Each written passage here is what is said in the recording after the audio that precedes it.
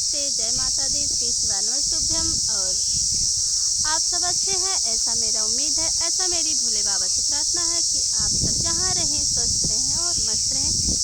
आज यहाँ बहुत तेज़ हवा चल रही है और हम तेज़ तो गा रहे हैं, पता नहीं आवाज़ जाएगी कि नहीं, क्योंकि हवा बहुत तेज़ है। तो आप सब थोड़ा एडजस्ट करना। और हम लेके आए हैं बहुत प्यारा सा सुहाग गीत, आप सबको अच्छा लगेगा। बहुत अच्छी कहानी है, मज़ेदार वाली, तो आप सब सुनना। पानी भर गईली हो बाबा के सगर वायर, बाबा के सगर वायर, मेघवा जे रोकई मोरा रहरे ललनवा, अरे मेघवा जे रोकई मोरा रहरे ललनवा। पानी भर गईली रे बाबा के सगर वायर, बाबा के सगर वायर, मेघवा जे रोकई मोरा रहरे ललनवा।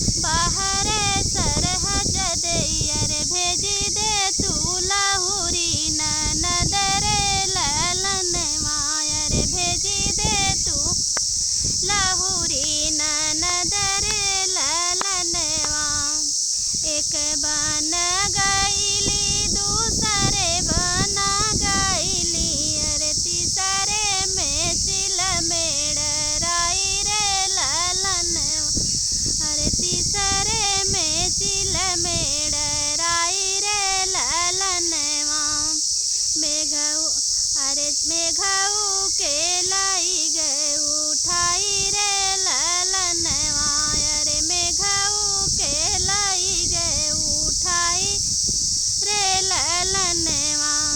रोते चिल्लाते ननदी पहुँची दुआरवा, अरे पहुँची दुआरवा। अरे भौजी जे फोरी मोरा करम रे ललनवा, अरे भौजी जे फोरी मोरा करम रे ललनवा। धन्यवाद। कैसा लगा मेरा सुहाग गीत? मेढक को भी दुल्हन की जरूरत